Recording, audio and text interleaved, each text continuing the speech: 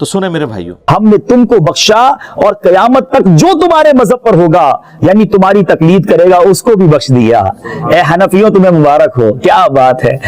حضرت امام اعظم ابو حنیفہ رضی اللہ تعالیٰ عنہ، آئے ہائے، آپ کی سیرت اتنی شاندار ہے اور اتنی جس کو آپ کہیں کہ اس کی جہتیں ہیں کہ عقل حیران ہو جاتی ہے۔ آپ نے اپنی زندگی میں 55 بار حج کیا۔ جب آخری بار حج کی سعادت حاصل کی تو خدام کعبہ شریف نے آپ کی خواہش پر باب الکعبہ کھول دیا۔ آپ بڑی عز و نیاز کے ساتھ، عاجزی انکساری کے ساتھ بیت اللہ کے دونوں ستونوں کے درمیان کھڑے ہوئے، نوافل پڑھنا شروع کیے۔ آپ نے 2 رکعت کے اندر پورا قرآن ختم کر لیا۔ کعبے کے اندر کھڑے ہو کر 2 رکعتوں میں پورا قرآن پاک ختم کیا، پھر دیر تک رو رو کر مناجات کرتے رہے۔ آپ دعا میں تھے کہ بیت اللہ کے ایک گوشے سے، ایک کونے سے آواز آئی، تم نے اچھی طرح ہماری پہچان حاصل کی اور خلوص کے ساتھ خدمت کی، ہم نے تم کو بخشا اور قیامت تک جو تمہارے مذہب پر ہوگا یعنی تمہاری تقلید کرے گا اس کو بھی بخش دیا۔ ہم نے تم کو بخشا اور قیامت تک جو تمہارے مذہب پر ہوگا یعنی تمہاری تقلید کرے گا اس کو بھی بخش دیا۔ اے حنفیوں تمہیں مبارک ہو، کیا بات ہے۔ صدقے ضرور ہم پر بھی کرم فرمائے گا۔ اے میرے بیچ اسلامی بھائیو، کتنے خوش نصیب ہیں جو حنفی ہیں، جن کے ہاتھوں میں امام اعظم ابو حنیفہ رضی اللہ تعالیٰ عنہ کا دامن کرم آیا ہے۔ امام اعظم ابو حنیفہ رضی اللہ تعالیٰ عنہ پر نبی پاک علیہ السلام کا کیسا لطف و کرم تھا کہ مدینہ منورہ میں جب سرکار دو عالم صلی اللہ تعالیٰ علیہ وسلم کے دربار میں امام اعظم حاضر ہوئے اور یوں سلام عرض کیا، السلام علیک یا سید المرسلین، تو روضہ انور سے جواب کی آواز آئی، وعلیک السلام یا امام المسلمین۔ سبحان اللہ، کعبے سے بھی ندا آ رہی ہے، وہاں سے بھی بشارت مل رہی ہے اور روضہ انور سے بھی سلام کا جواب آ رہا ہے۔ سبحان اللہ۔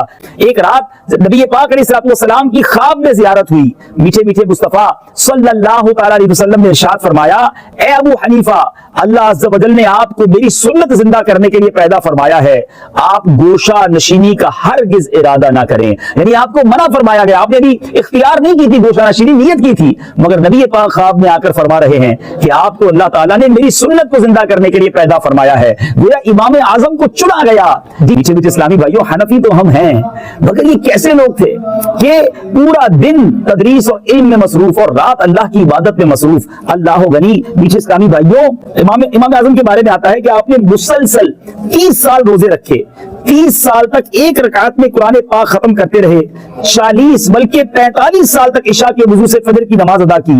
جس مقام پر آپ کی وفات ہوئی، ذرا غور کیجئے گا، جس مقام پر امام اعظم کا انتقال ہوا اس مقام پر آپ نے 7000 بار قرآن پاک ختم کیا۔ حضرت سیدنا عبداللہ بن مبارک کے سامنے امام اعظم پر کسی نے اعتراض کیا تو آپ نے فرمایا، کیا تم ایسے شخص پر اعتراض کرتے ہو جس نے 45 سال تک 5 نمازیں ایک ہی وضو سے ادا کی اور وہ ایک رکعت میں پورا قرآن کریم ختم کر لیتے تھے، اور میرے پاس جو فقہ ہے وہ میں نے انہی سے سیکھا ہے۔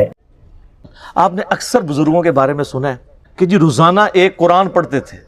کوئی آگے جاتا ہے وہ کہتا ہے جی رات کو کھڑے ہوتے تھے، ایک ٹانگ پہ ایک قرآن پڑھتے تھے، دوسری ٹانگ پہ کھڑے ہو کے دوسرا قرآن۔ جس نے تھوڑی لمبی چھوڑنی ہوتی ہے وہ کہتے ہیں جی 3 قرآن روز کے۔ کھونٹی گاڑی ہوئی تھی دیوار میں، کچھ بھی سمجھ لیں، ہک لگایا ہوا، اس کو پکڑ لیتا اور ایک ٹانگ اٹھا لیتا، بسم اللہ الرحمن الرحیم سورہ فاتحہ سے قرآن پڑھنا شروع کرتا اور اٹھائی ہوئی ٹانگ زمین پر اس وقت رکھتا تھا جب پورا قرآن ختم کر لیتا تھا۔ اس لیے کہ حضور آپ کے مجاہدوں کی ابتدا کیا تھی؟ آپ نے فرمایا میرے مجاہدوں کی ابتدا یہ تھی کہ ابتدا میں ہر رات ایک پاؤں پہ کھڑا ہو کر یہ قرآن کریم تلاوت کیا کرتا تھا۔ 8 قرآن والا ورژن بھی ہے سر، فضائل اعمال اٹھائیں۔ یہ میں یعنی کوئی زبانی کلامی باتیں نہیں کر رہا ہوں، یہ وہ ٹیکسٹ بک ہے جس کے بارے میں دعویٰ کیا جاتا ہے قرآن کے بعد سب سے زیادہ دنیا میں پڑھی جانے والی کتاب ہے فضائل اعمال۔ تو یہ فضائل اعمال میں لکھا ہوا ہے میرے بھائی کہ ایک بزرگ تھے روزانہ ایک قرآن پڑھتے تھے، ایک اور بزرگ کا لکھا ساتھ کہ وہ 3 قرآن روزانہ پڑھتے تھے، پھر آگے یہ کہتے ہیں 8 قرآن بھی روزانہ پڑھتے تھے، اور پھر لکھا کہ امام ابو حنیفہ رحمہ اللہ تعالی رمضان شریف میں 61 قرآن پڑھتے تھے۔ 61 کی گنتی وہ کہتے ہیں ایک قرآن دن میں ایک رات میں، کتنے ہو گئے 60، اور ایک تراویح بھی۔ ہاں جی، ایک 8 تھا، پھر تاک کرنا تھا نا انہوں نے، تو بہرحال لوگ کہتے ہیں 61 قرآن امام حنیفہ رحمہ اللہ۔ یہ فضائل اعمال میں لکھا ہوا ہے۔ یہ بابوں کا تعارف ہے قرآن کے حوالے سے، اور ایک کتابوں کا تعارف ہے۔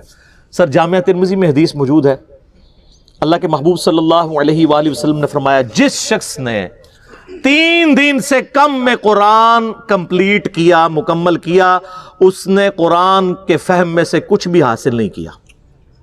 یہ ان کو کہہ رہے ہیں جن کو عربی آتی تھی، تو انہوں نے عربی آندی بھی کوئی نہیں.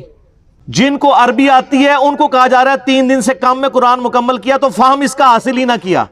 تو یہ جو 8 قرآن روزانہ کر رہے ہیں یہ کس سنت پہ عمل کر رہے ہیں؟ اپنی وشفل تھنکنگز میں سرگرداں ہیں.